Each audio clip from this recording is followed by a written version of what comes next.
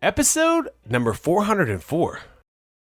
Working with a company that's evolving your platform, that owns the platform it's writing websites on, and constantly servicing that, is key for any small business. Welcome to the Be Real Show with Travis Too Tall and Huff, where we talk about life, dreams, social media, and business.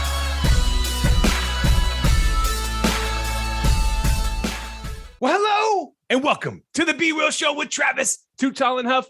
Folks, you know your boy is always fired up, ready to bring you some value, some entertainment, and some joy in your days, nights, weekends, or whenever you are listening to the show today. But after this show, not only are you going to think about your business different if you are in the martial arts and fitness space and needing to really think about displays and how you can use them and lead generations, how you can actually get new customers, but this applies to anybody. If you have a business, in general, we need to talk about how to get leads, keep them consistent, nurture them along the way so they don't just get left into the woods. Oh, I got 500 leads. Well, who's followed up with them? No one knows. But you've also created a podcast too. So we're going to talk about that with a business buddy that you guys both have 7-figure businesses. But take me back because we're getting into a conversation, folks, with Mr. Houston Goodwin. Houston, are you ready to be real? I'm ready to be real. Let's go. Let's go. So take me back into your story. When you're first getting going, were you always interested in business? Were you always like running businesses, or how did this evolve for you? Yeah. So, really business is where my passion is, right? So that's what I've started in. That's what I've always had a heart for. I started selling vacuums door to door when I was 15 years old, and I've kind of been entrepreneurial ever since. And so, the business I'm currently running, we service the fitness industry for the most part. But really, that is just an avenue to do what I love, which is to impact people through business. Because, one of the things that I believe at the core is one of the best things you can do for someone is give them a good place to work. So I have my business, 30 employees. That's what we do. That's where my heart and passion is. And then also I get to work with, thousands of local businesses all over the US and help them develop their skills to give people good places to work, because that's really what drives me. That's what gets me going, is I think good places to work solves a lot of problems. Yeah, I always think about that all the time when you're like writing checks or payroll and you're sending it out. Or I honestly do it a lot reflectively at 1099 time, or the end of the year when we're paying out wages, and we kind of reflect on the total that someone received from us that year, and to see it grow from when they started. Maybe they're just a contractor and then they turned into a more of a full-time thing. And when you really think about it, Houston, it's a blessing, because your idea, your hard work, your motivation every day gives them fuel to provide their life. There are other jobs out there. Let's just be real. Of course, there's jobs, but at the end of the day, you help them live, and it's a beautiful thing, because they help you, obviously service the business, do their gig, whatever that role is. But a lot of times we forget that as business owners, and I think that's a good reflection every day, because sometimes the days are not easy. I know that. Yeah. So tell me the epiphany of this business with the display business, and we'll get into the podcast and we can talk about more of your insights as well. But man, take me into this business, because it sounds like an incredible idea. What was the epiphany? What was the epiphany specifically around the fitness industry? Yeah, look, so the basis of our business is we help attract strangers in small businesses, communities, and get them to become members in their gyms primarily. So we're pretty niched out. I think there's a lot of value if you're starting a business and picking a niche, specializing, becoming an expert in that, because the lingo is different. What works is a little different for one niche than the other. And so, what we found is every day there are people in any city that are looking, in our case, for fitness solutions, whether that's martial arts, whether that's private classes, whether that's group classes, CrossFit, kickboxing, you name it. Right. And what we found is typically the people who are most passionate about providing the best services in those industries, they're very good at that, and they're very bad at their marketing. And so the people that they're losing out to are the people that only look at it from a business side. They're turn and burn. They bring customers in, they get the money up front, and then they don't really offer a great service. Right. So we came in and said, hey, let's partner with these businesses. Let's help their community find out about them. And then when their community finds out about them, let's set their website and their online presence up in a way that causes their community to take action. So first step would be, to be a lead, then maybe book your first appointment, and then there's lead follow-up and things like that. But that's really our bread and butter, is we connect local businesses to their community through a software like platform that we've developed. And so are the businesses then using the software on their own, or do they work with you kind of in tangent, or how does that part? Yeah, so we're full service. So we, most time we find like it's a full-time hire to stay up with like SEO trends and Google and all the stuff that most people's eyes glaze over when you start talking about it. And so I have 30 staff here in North Carolina, and we're full service. So we're a SaaS model. So we offer our software as a service. They pay a monthly fee, typically way less than just building a website from scratch from someone. Right. And then the lifetime of their membership with us, they enjoy the benefits of our updates and services and are keeping them in the know. Right. It's a forgetting the most important thing in business is continually cash flow in the business. Like right. We found that in 2020 is that when your business is now being forced to shut down or other things, and you can't pivot quickly enough, or in some cases, some businesses were able to pivot quickly. Some of our restaurant clients were able to hop on DoorDash or pop up a Shopify, or able to quickly pivot, but many weren't, especially in fitness and things like that too. Was that a big challenge as well? Because I know that hurt a lot of our clients and businesses as well in the fitness industry as well. Yeah. So look, March 2020, we had 1,300 clients. They all shut down in some capacity. Right. They're all month to month.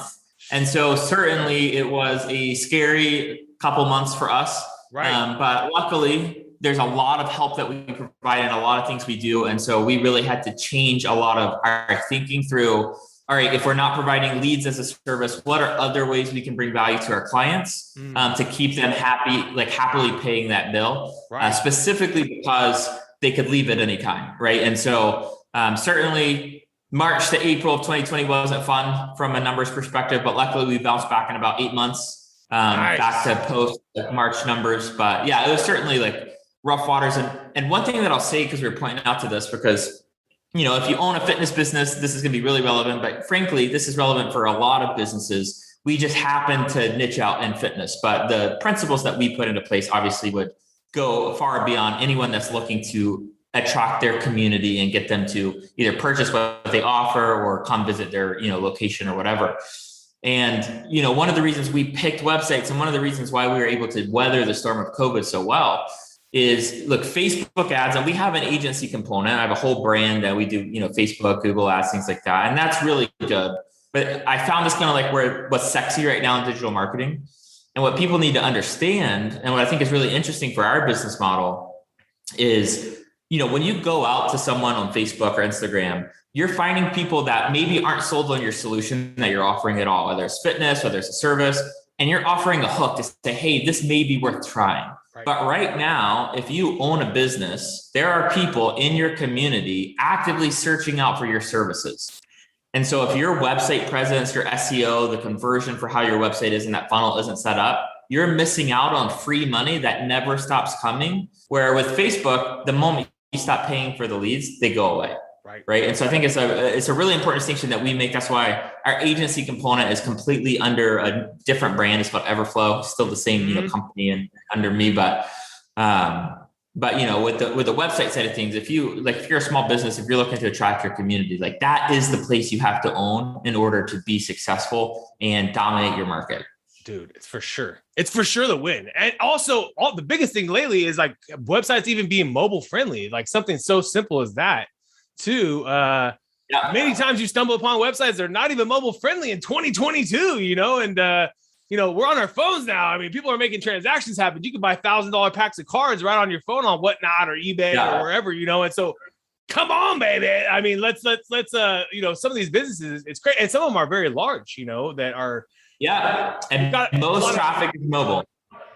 Exactly. Like, what is it? Like 67, 80%, depending on the surveys I've seen, anywhere from 60% to 80% of all people basically searching for things is mobile on some sort of mobile device or iPad or, Google. Glasses are gone right now, but maybe eventually it'll be the virtual, put some little, little lens on your face. And, but the bottom line is you're so true is that if even they get to your website and they don't know what to do next, the website flow's not right, there's no action to trigger anything.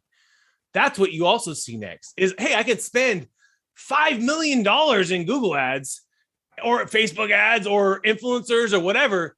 What happens when they get to your site? Right. Yeah. And that's really important. So once you start attracting your community, then you have to convert them into leads first, and then leads turn to members, and you can't like skip the process. So we get over 600,000 visitors to our sites every month. Nice. And the last quarter we looked, and like 72% were mobile. So mobile is king right now. So you got to build on mobile first. It's got to, act on mobile. And, one of the things I do, I travel and speak and talk about websites. And, what I want to talk about to people is what you should be expecting from your website in 2022. We happen to be a how you could accomplish that. But certainly there are other hows out there. But I meet business owners all the time, and their website is a headache. It's that mess in the closet that they haven't looked at in a year. They know there's a problem and they have no idea how to fix it. Right. And so working with a company that's evolving your platform, that owns the platform it's writing websites on, and constantly servicing that, is key for any small business. And it just removes that headache of, I'm not a computer guy, I don't know what I'm doing, and your website doesn't function because it's actively hurting you at that point every second that it's up. Yeah, you're not getting any of the benefit of the organic search results that are out there. Yeah, and in 100%. Many cases, you're like you said, you're shooting yourself in the foot for even simple changes on the website. And that's why having a team, having this software as a service model is the new model of the future, guys and gals. As we know, from Salesforce and just so many great companies built this way. And obviously at the end of the day, we all have challenges. That's the beautiful thing about marketing. I know since I started working at ABC television with the Disney company is challenges since then, baby. Since 2006, it was broadcast, then it was Hulu's coming, it was Netflix, and we're going to do ABC.com. And then your boy said, I'm going to do social, because that was the next big thing that happened. We don't know all the things that are happening in 10 years. We can't just predict the next big website or app because we don't know. It could just be something that just pops up on us tomorrow that's like, oh, it just trends and boom, and the world changes from it. But most likely a lot of these things in the past will still be here. And the strategies, like you said, it's so important to do, not just spend money in advertising, but what your website's doing for you. I think that's the most important thing you can be spending money on. And what is the price points? Do you mind me asking, so our consumers can kind of listen to you? Is there a price? Sure. So we're $340 a month. Yeah, that's very fair. That's very fair. Yeah, absolutely. That's very fair for a business owner. And then how is the process? Like, what do you think right now, just to give our listeners a little hook, baby, is, what would you consider a good offer at this point, right now? Cause there's so many different offers, I could say the best offer is I'm going to lose you 100 million pounds tomorrow, or something, but yeah, it's just curious. I'm curious to, hear that, because you obviously see a lot of businesses in this space. Yeah, for sure. So hooks and offers are really good for like Facebook ads, Instagram ads, because again, you're going to people who aren't necessarily looking for your solution. So you have to shock them with something that's like, I always say, picture the guy eating a cheeseburger and you see a boot camp lose 20 pounds for $20 or something like that. It's like, I wasn't thinking this morning I was going to do that, but I'm eating a cheeseburger. I'm looking at myself. I should do that. This is worth it. But with websites, hands down, and this is probably true across like a large amount of niches and a large amount of businesses that sell services, right? Not products. Right. So e-commerce is different, obviously. The first thing you want to do is you want to tell them to just request more information, because what you're wanting to do is a lot of, business owners will say, sign up for this trial, book a call, do this, or call us is the worst one. Like then you're asking them to do something. Right. You want to lower the barrier. I always say number one rule in small business is never make it hard for people to give you their money. So when someone gets to your website, if you want them to give you their money and that you're going to have to pick up the phone and call them to sell them on the value, you're not giving your prices out, it's not click to call, or you need them to come in. The first thing you do is say, you came to this website because you're interested. Next. As soon as you see enough information to say we're the place to be. So that's like having a good first goal is the first thing you see, making sure it's mobile optimized, making sure it shows where you're at, what services you offer, who you offer it to, and what benefits they're going to get, right? The next thing is the next page they go to is the reviews page, not testimonials. Again, testimonials is good for hooks. Look how much weight Joe lost. Right. Reviews says, you already sold on the service. Let me tell you how great this place is that offers it. Right. And then maybe the third page is they go to the staff and they want to see faces and they want to read about your bio. Gotcha. But each one of these pages, everywhere you go, you're asking one singular question. Give me your information. request more information, and it's name, phone number, email, not name, phone number, email. How did you hear about us? You know, do you want to sign up for a newsletter? The minimal amount of things that you need. Then once you get that, then you can go for get a free t-shirt if you book an appointment in the next 30 minutes, or if you text us, or do you want to buy this trial now? Because what we found is when people put like $20 trial up before they put their request more information, maybe they sell 3. But if they put their request more information up first, maybe 10 people fill it out to start to buy the trial and only 3 finish the checkout. Right. And so now the business has all 10 of those people, not just the 3 that follow through. Right. And then they can set up automations or sales processes to get them in the business. So for sure, the minimum that you want is name, phone number, email, and just a simple like request more information, not get started, not sign up, because it's asking too much. You're asking to get a relationship without, they don't even know if they want to even talk to you. They don't even know if they know your boy Two Talent or you know your boy Houston. They want to just see what's up. They want to get some more information. If it's send me something with the least amount of, like you said, work on their end. I think that's so true, because a lot of customers want you to pick up the phone. I mean, I after running a social media agency, how can we get more phone calls? I've been hearing that all week. I swear, this last couple weeks. How can we get more phone calls? Well, you can run $1 million in Google ads. I can't guarantee that all the phone calls are going to be legit. I can't guarantee anything, because you said it's obtrusive marketing. It's not necessarily, I mean, Google's a little bit better than Facebook and Instagram in that you can do some targeting based on keywords. Obviously. Yeah. Google keywords is different because that's for the inbound searches. It feels like it's there a little bit more through the process of, in the interest of, like, let's say at the gym, instead of you're just on Facebook and you see a dude with a burger, where Facebook and Instagram are great by branding that way, but it's hard to, figure out the conversion on that. But outside of that, even if you run those ads, who wants to call somebody, like you said? And so I think that it's really a good point. I'm even thinking about this myself. Like, we need to go through our websites and think about this, because it's so simple, as well as I'm even think about this for customers. Because let's just be real, the least amount of information, folks: name, phone number, and email. As he's saying, 3 fields. That's it. That's all you need. Don't ask for more. Don't ask for why you need our services. Don't ask for what your budget range is. Don't ask for your social security number or something crazy like that. But you see these forums, they get in depth because it's more important for you to get that first, obviously, contact information, capture it, and then you can do the drip. You can hit them with a lot of different things down the road. 100%. So I love that, dude. So important. Thank you for that, because I think that applies across the board, everybody here, no matter what type of business you're at. A lot of times specifically. Yeah, go ahead. We overthink that. I think we overthink the contact forms. Yeah, people come to me all the time and say, well, this new bill's in Congress looking to get passed, where they're going to break Google up, or they're going to do this. They're going, what's next? What's next? It's like, look, at the end of the day, there are always going to be people in your community interested in your services. Mm-hmm. And there's really 3 ways right now they find those services. They either ask a friend or family they trust. So that's how you build a referral network. So applicable in any small business. The second is branding. Like, if I go to the gas station, buy a Coke, it's because I've seen Coke commercials my whole life, not because I saw an ad, right? So I know Coke. That's very hard for small businesses. It takes a long time. But then the third way is they go to Google and they search solution near me. They look at your Google My Business, your reviews, they look at your website, all of that set up. Right. And you need all of that pointing to a simple solution, which is give me your information.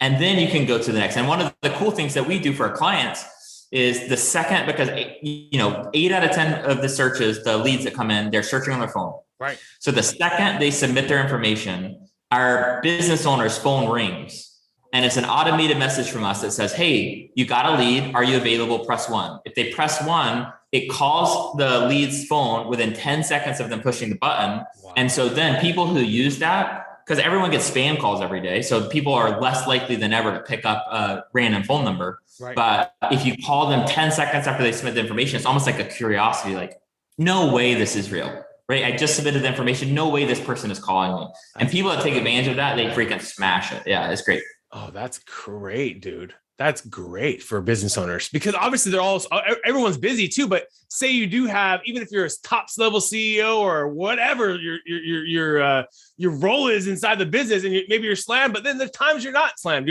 5 or 10 minutes, you get a phone call. Hey, you got a lead, T Huff. Close it right now. Let's immediacy is everything. Yeah. So I use this as a party trick because I don't do sales calls. Right. But if I'm out at a show and we're out at a bar or out somewhere and it's 10 o'clock, 11 o'clock at night and a lead comes in, I'm like, hey, watch this. I call them. They always answer because it's in the middle of the night. They're awake. They're wondering why the heck you're calling them. And I almost always close them right there at the bar because it's like, they're so impressed. You pitch them on how you did that. And then it's great. And so, yeah, if you're not available, you have a missed call, they're none the wiser. You just do a normal follow-up. So it's really like, if you could do 10% of those leads, you're in a good spot. Yeah. And I think it just adds an extra benefit, obviously, to your solution for that $340 that they're paying. They know they're actively getting, this is active real time. When we started our business, real time, baby. These are real time leads. And you're also able to close them in real time. And it's seamless for you, seamless for everybody, So, wow, that is cool. I love that, dude. I think that is incredible. I think that is that in itself is a standing feat to be able to create that technology or also be able to offer that, because I'm sure it had to be difficult to create. But now we're about to take you into our top 10. Are you ready? I'm ready. He said, I'm ready. We're ready, baby. Let's go. Apple or Android? Apple. Apple. Netflix or YouTube? Ooh, YouTube for sure. Yeah. YouTube. Instagram or Facebook? Facebook for now. Probably Instagram one day. Facebook. I have a lot of pressure to move to Instagram. Yeah, I know, right? Like, come on, go to IG. Oh, Facebook owns them all, guys. I say, hey, Facebook owns them all. Don't worry about that. Chicken or steak? If you're thinking about a good meal, steak. Yeah. If you had to run out the door right now, which would you grab? Laptop or a smartphone? Laptop. Laptop. Spotify or Pandora? Spotify. Man, they got content is unbelievable on that platform. I even see them going in and taking on YouTube at some point. You know what I mean? Like, why not? They're moving towards it. Yeah. Once the bandwidth and I just feel like they have a good opportunity, a shot at that. And why not? If you're a curator, why would you not want to put them on both? Movies or video games? Neither. He said, no time for that, baby. We're working on the business. What other things do you do for fun then? If you don't do movies or video games, what other things do you do outside of? I mountain bike a lot. Nice. I really enjoy biking. I play chess. Ooh. And then I hang out with my wife. Love that, brother. Mountain biking. That's cool. Just so you have some local areas out there that you can go out and quickly go get to. Yeah. So I'm like in the Blue Ridge Mountains in North Carolina. So we got a lot of good trails right outside my door. Dude, the Blue Ridge Mountains. You guys have a beautiful sunsets and beautiful sunrises. Yeah. Let's go. When you're thinking about diversifying the business or your investment, stocks, real estate, or cryptos? Stocks is heavy, crypto, no real estate right now. There we go. Keep it liquid. And reading books or listening to books? Reading books. And if you were to take a vacation right now, we're done. We're out. No more work. We going on a vacation, brother. You deserve it. You and the wifey. Where are you going? An ocean or a lake? It depends on who wins the argument. I would pick lake. My wife would say insist on the ocean. So right, because you like the mountain biking, you like the trails and the tracks and things like that. Well, you got to find some happy medium where there's like mountains by the lake, lakes by the oceans, baby. So you can get both right there one day. Yeah, there you go. In Hawaii, they got a lot. They got some diversity of lakes and oceans and kind of there you go, lagoons and things like that. And also, you have a podcast. Give your podcast a plug and talk about it. Talk about your podcast, my man. Yeah, sure. It's called Bros Before CEOs. It's on all the major platforms. It's me and a college buddy. We both run companies and we just get on. We read books every week. So we started a book club together. And we bought some podcast equipment. So we discuss things that we're learning in the books and how we apply them and what goes well, what doesn't go well, what we struggle with, and what we're learning. So it's been really fun. I've enjoyed it. We just started 6 months ago, but it's growing and we really enjoy it.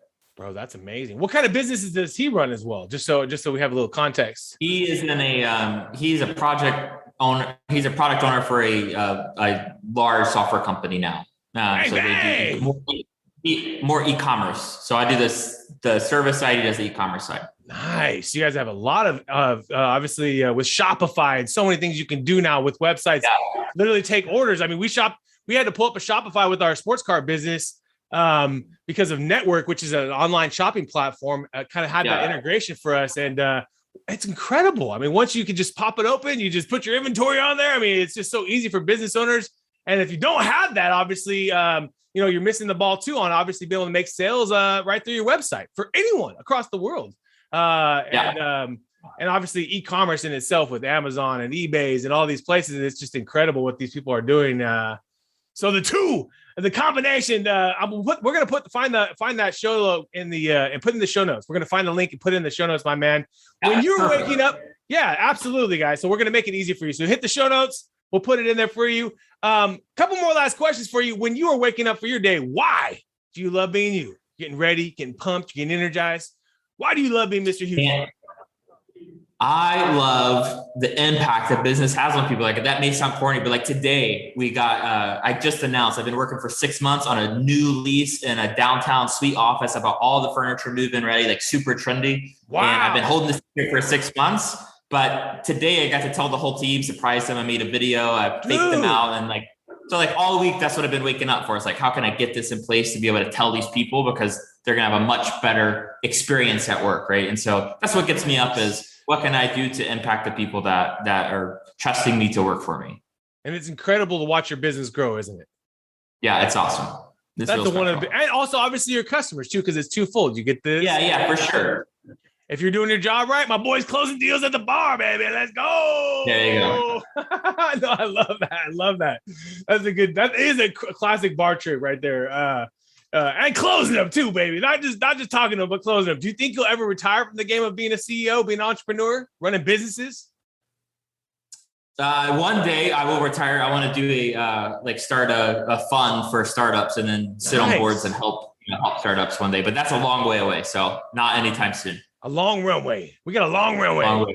That is one of the most fun, impactful things to do is to be able to help other businesses. Yeah, I remember. Other young entrepreneurs.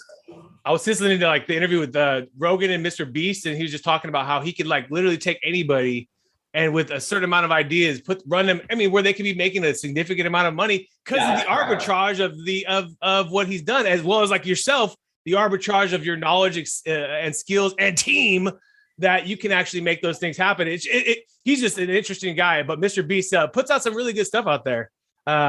Yeah, and it's great. He's from North Carolina as well. Yes, he is. I was about to say he's from the NC, man. And he's building huge studios, and he's becoming a true production house. He was talking about how he takes his videos and turns them into other languages, partners with a huge star in that city.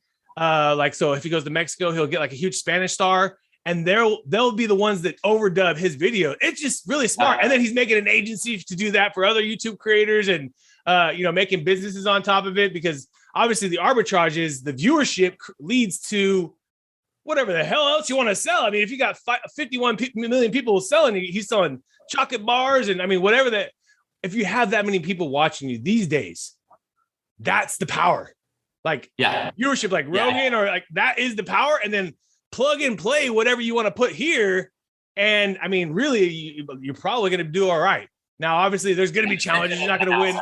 Yeah, it's a huge asset, but the cool thing about him is he's actually given a lot of his insights out. Now you're gonna have to do the work because it ain't easy. Yeah, you got to go edit for 80 hours, and you got to do the actual hard work, which we know as in business, to create 37 display. It ain't easy, baby. This has been a long journey, and it's still a journey because you just upgraded. You're going to continue to grow. I mean, it's constantly growing and evolving. How do you start your day? Would you have a routine on starting your day? I'm supposed to start, I get up, I have a Peloton in my garage, so go work out on the Peloton. That happens hopefully more days than it doesn't. But if not, maybe I get stuck in emails. And then me and my wife try to have at least half an hour to do breakfast and unwind before we start our day together. Cause it's harder in the evenings to make sure we get that time. So try to wake up a little earlier and use that time for family. Right. And do you do the Peloton? Do you do racing? Do you compete? Do you compete against other riders or just solo? No. It's just there's so many good people in Peloton, and I'm very competitive, and so it's only discouraging to me. So I ride Peloton, so I get the suck out of the way in the garage, so I can have fun on the mountains in the weekend. So true, and also it helps you obviously with your cardio for the endurance that it takes to mountain bike. Dude. It ain't easy to mountain bike. Mountain biking is not easy, folks. And it's scary as hell too, coming down some of those things. You got to be safe, baby. I know some friends that are in the dirt biking. They love the mountain biking as well, because it's like the same thing. You're going through these trees and boom, wham, wham, wham, wham. It's incredible. The bikes themselves now with these big tires too. We were at the ocean, and a lot of these cool new bikes now are the motorized bikes too. You see more and more. My neighbor has one. He hits the river over here. He's like, hey, go take it out. These things haul, man. They're like going 30, 40 miles an hour, just the motorized bikes. Couple more last questions for you, my man, before we roll. Is there a skill you're trying to master right now?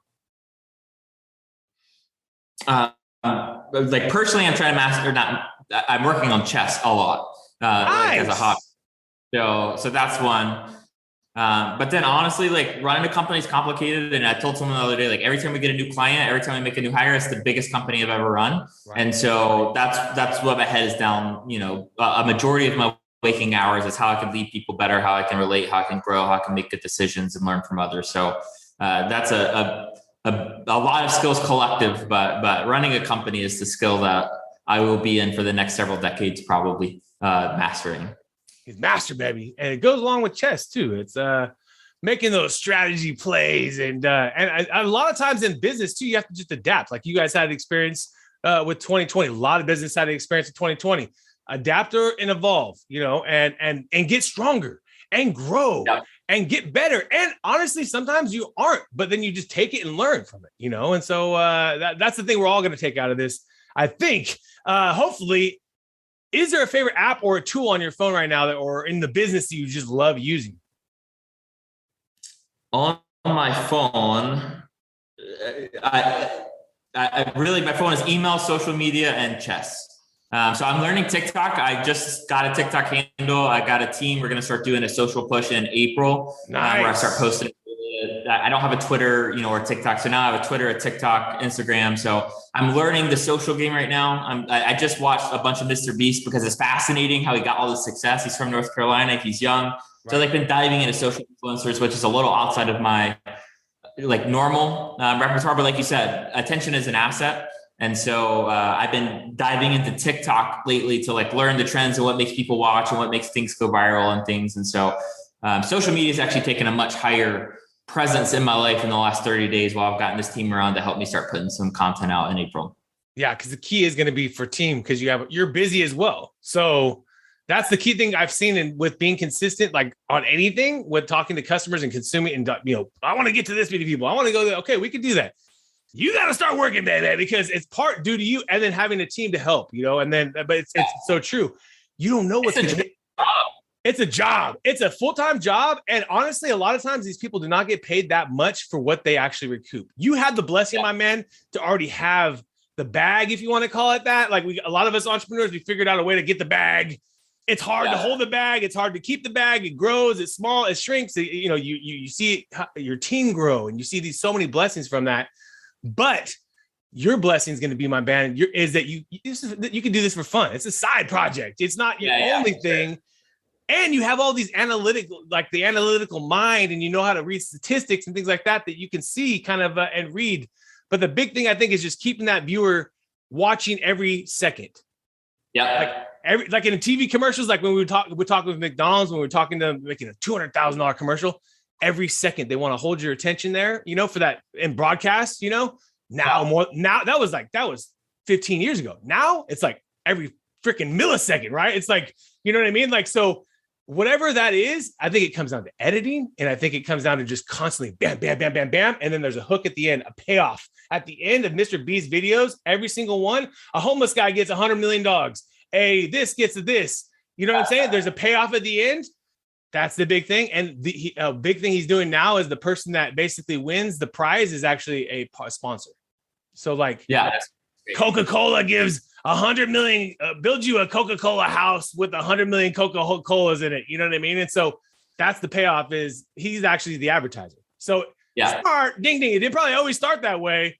And obviously he's using big budgets. I mean, he's talking about spending $4 or $5 million on the Squid Game thing. And we're talking insane production budgets, but I think that can all be scaled down, Houston, to anything, right? Like, I think it could be scaled down to $1,000 a business wins a $10,000, business makeover. Those things still work. I think they really do. And you find out what the consumer likes from you for what you want to go and who you want to influence, and just test and play, Yeah, that's the biggest part is you just have to be consistent and throw stuff out all the time, every day, because if someone likes you, like they listen to, I'm going to look you up after this, right? Let's go. All right. What's your content been like for the past year? Like, do I have stuff I can consume? If not, you kind of forget. But if it's like, I got a ton of stuff to watch and he's coming out with stuff every single day, then that's how you pick up. And that first period, which I'm about to go into, is just a grind of like talking to nobody for a while is what it sounds like. But you do that, time on task over time is what gets results, right? And so it's like, you got to just put the time in. It's just like the podcast. You just forget about the numbers. You keep recording shows. We're coming up on 400. The numbers that are delivered each show now, a million times different than it was when it first started. We were just going. So you just forget about that and you just move, baby. You just create. And I think even if you're a bigger influencer, you don't forget that, because you don't get to the top, even like music stars. That shit is short-lived, baby. There's another hit maker coming out right next, unless you are constantly hitting. That's why I always give Taylor Swift and, some of these top artists that Justin Bieber constantly making music, and evolving too, making new music, different types of music. And because it's hard to do. It's hard to stay on top. Last question for you, my man. If you could sit down and chop it up to a steak dinner, who would you want to sit down with today? Jordan Peterson. Jordan. Oh, he has an incredible story. Story. I feel for that guy too, because I've dealt with addiction and I know what that feels like. I've lost friends from opiate addiction. And it's such a hard thing to do. And he's such an incredibly intelligent man too. And I love the way he speaks. I don't know. You could feel his vulnerability in his voice.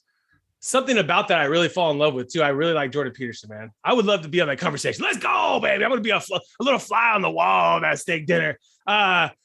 Where is your favorite place for people to learn more about the business and just request some more information about the business? We're going to request some more information about. It's just 97display.com. So 7display.com. 97display.com. Please, you guys, please check that out today. Because not only have you built an incredible business for yourself, 1,300 clients, lots of good positive reviews, but you've given us some really good value today, including, hey, change your form, guys. Make it less complicated. If you guys get one major thing out of that, I think that's a huge value point. We're going to put that 97 displays, and we're also going to put your podcast in the show notes, my man. Folks, I really appreciate you, brother. And like I always say to all my guests, the world is full of abundance. We're going to continue to grow, continue to evolve. You got today to experience your growth by blessing your team, being Oprah for them. Hey, you get a new desk. Hey, dude, that's got to be the most incredible high you're feeling today. I know how it feels in a little way, but I can only imagine what you're feeling today. So I only want to continue to commend you, give you that fuel in your rocket. If you ever need any enjoyment, come listen to the show. Hit me up anytime, my dude. But folks, please check out my dude Houston, because he's going to be on TikTok coming in April too. So we're going to put that in there. And 97displays.com. We'll put that in the show notes. Folks, you've been hanging out with Mr. Houston Goodwin and Travis Too Tall and Huff. We want to thank you again for your time today. And let's keep being real. What another epic episode. And if you enjoyed the episode today, can you please do me a favor and subscribe to our podcast, The Be Real Show, on iTunes or your favorite podcast platform. And also take a little time today, if you don't mind, and give your boy T Huff a review. I would really super appreciate it. And thank you so much for listening today. We're all going through a lot right now. And Real-Time Outsource, my business, is giving back to local and small businesses.